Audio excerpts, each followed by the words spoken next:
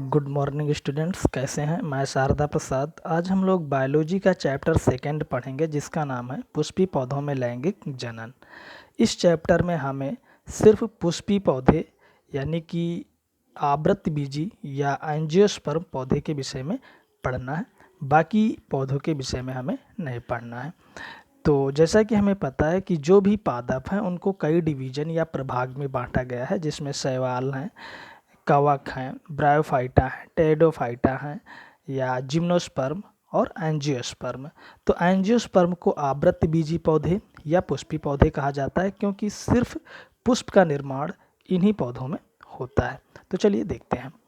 आवृतबीजी पौधों के जीवन इतिहास में दो अवस्थाएं बीजाणुद्भिद स्पोरोफाइट तथा युग्मकोद्भिद गैमेटोफाइट होती है।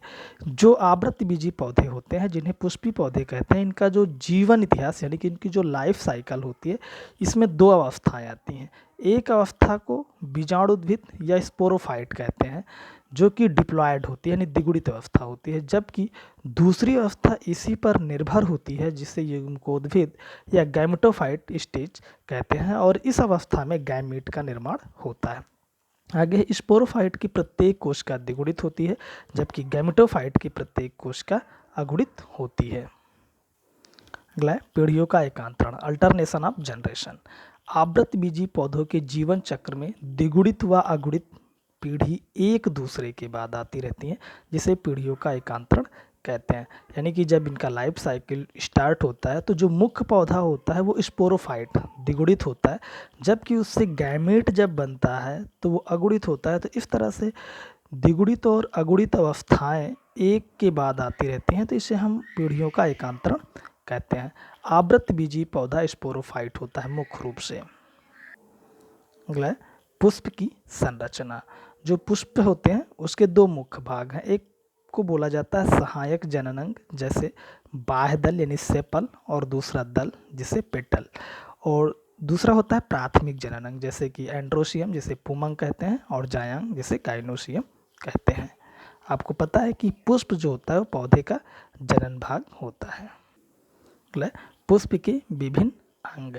तो देखते हैं पुष्प ब्रंथ जिसे पेडिसल कहते हैं, और ये भाग पुष्प को तने से जोड़े रखता है। दूसरा पुष्पासन जिसे रिसेप्टिकल कहते हैं, इस भाग पर विभिन्न पुष्प अंग पाए जाते हैं।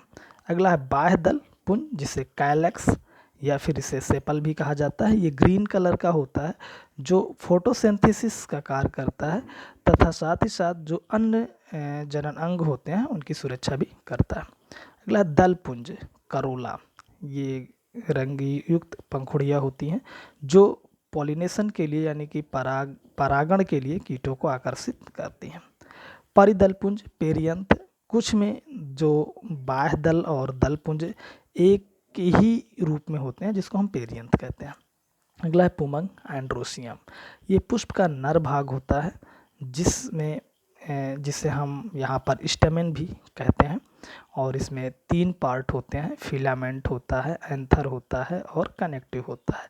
फिलामेंट एक लंबी ट्यूब जैसी संरचना होती है, और एंथर जो होता है इसे परागकोश कहते हैं जिसमें परागकण का निर्माण होता है। अगला है जायांग या गाइनोसियम, ये पुष्प का मादा भाग होता है जिसमें कई पार्ट होते हैं। ओवरी होता है, स्टाइल होता है और स्टिग्मा होता है।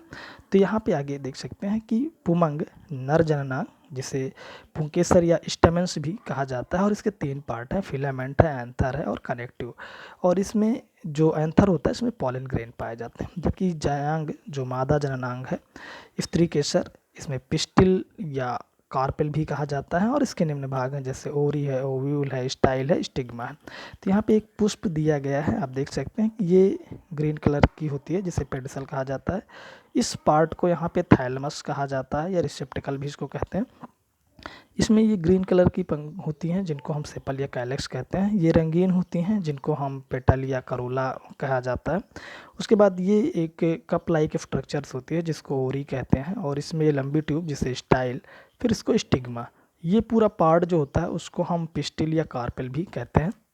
उसके बाद यहाँ पे आप देख सकते हैं कि एक लंबी संरचना है जिसमें इसको फिलामेंट कहा जाता है, जहाँ से एंथर जुड़ा होता है उसको कनेक्टिव और एंथर, इस पूरे पार्ट को स्टेमेन कहते हैं। तो ग्रहकार पुष्प का नामांकित चित्र बनाइए।